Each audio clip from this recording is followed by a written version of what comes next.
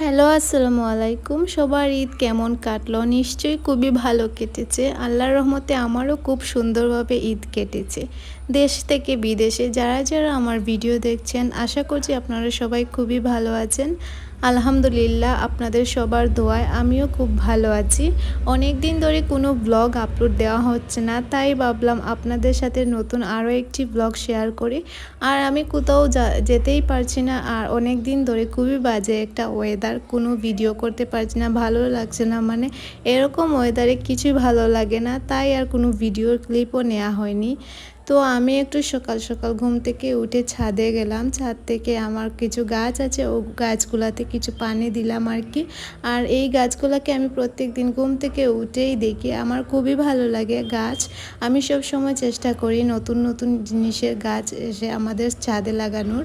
তো কতটুকু পারি জানি না, কিন্তু আমার খুবই ভালো লাগে। তারপর সকালের নাস্তা রেডি করলাম। আজকের নাস্তায় শুধু ছিল সবজি আর রুটি, আর পরোটা করিনি, আমার সবজির সাথে রুটি ভালো লাগে।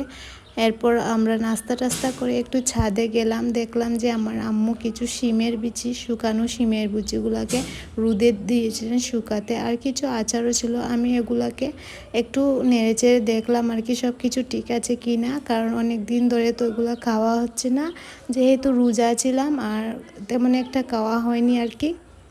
ছাদ থেকে দেখলাম যে বাসায় একজন লোক মাছ নিয়ে এসেছে, অনেকগুলা মাছ। তো মাছগুলা খুবই ফ্রেশ ছিল, দেখে আমার খুব ভালো লেগেছে। তারপর আমি রেখেছি এই মাছগুলো, আর আমার আম্মু মাছ বানিয়েছিলেন ছাদের মধ্যে। এরপর আমি আর আমার আপু মিলে একটু বাহিরে গেলাম, কারণ আমার আপুর একটু দরকার ছিল ব্যাংকে, তাই আমি আপুর সাথে গেলাম। আর আমার এখানে অনেক দিন ধরে বের হওয়া হচ্ছে না, তো ভাবলাম একটু আপুর সাথে বের হয়ে খুবই ভালো লাগবে। আমি আর আপু একটু বসে বসে গল্প করছিলাম, আর আমরা ওয়েট করছিলাম ও কিছু টাকা তুলবে। তো টাকা তোলার পর আমরা বাসায় চলে আসলাম সোজাসুজি, আর কিছু আনিনি। আর আমরা সময়ও নষ্ট করতে চাইছিলাম না, এতগুলো টাকা নিয়ে আমরা চলে এসেছিলাম বাসায়। আমাদের কিছু দরকারি ছিল, কিছু জিনিস কিনবো, তাই আর আমরা লেট করিনি আর কি, বাসায় চলে এসেছি। আর বাসায় এসে দেখলাম যে আমার একটা পার্সেল ছিল, অর্ডার করেছিলাম জুসের গ্লাস। এগুলো খুবই ট্রেন্ডিং, আমাদের আরও অনেকগুলো জুসের গ্লাস আছে, কিন্তু এই ডিজাইনের ছিল না, তাই একটু আর কি অর্ডার করে ফেললাম। আর এদিকে আমার ছোটো বোন সবগুলা কাচের জিনিসগুলা বের করে রেখেছিল, একটি একটি করে সুন্দর করে গুছাচ্ছে।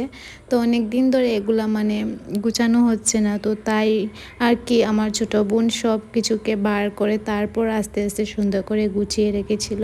আর আমার বোনের ছেলে ও স্কুলে ছিল, তাই ভাবলো যে ও যেহেতু এখনো আসেনি, তাহলে সুন্দর করে গুছিয়ে ফেলি। আর আমিও একটু তাকে হেল্প করছিলাম আর কি এসে। আমার বোন সব কিছু সুন্দর করে রাখছে, আর এদিকে দেখলাম যে কিছু আচারও ছিল। আর এই আচারটা এত মিষ্টি, কি বলবো, অনেক ভালো লেগেছিল এই আচারটা, একদম টক ঝাল মিষ্টি। সবগুলো ভ্যারাইটিস যেন একই আচারের মধ্যে, খুব ভালো লেগেছিল খেতে। তো আমি ভাবলাম যে আরও অনেকগুলো খাই। আর কি বলবো, আমি অর্ধেকই শেষ করে ফেলেছিলাম, আর এগুলা করতে করতে অনেক ভালো লেগেছিল আর কি। তো আজকের মতো এখানেই বিদায় নিচ্ছি, ভালো থাকবেন সবাই। আর যারা যারা আমার ভিডিও দেখছেন, অবশ্যই একটু কষ্ট করে লাইক, কমেন্ট, ফলো, শেয়ার আর সাবস্ক্রাইব দিতে ভুলবেন না। আল্লাহ হাফেজ।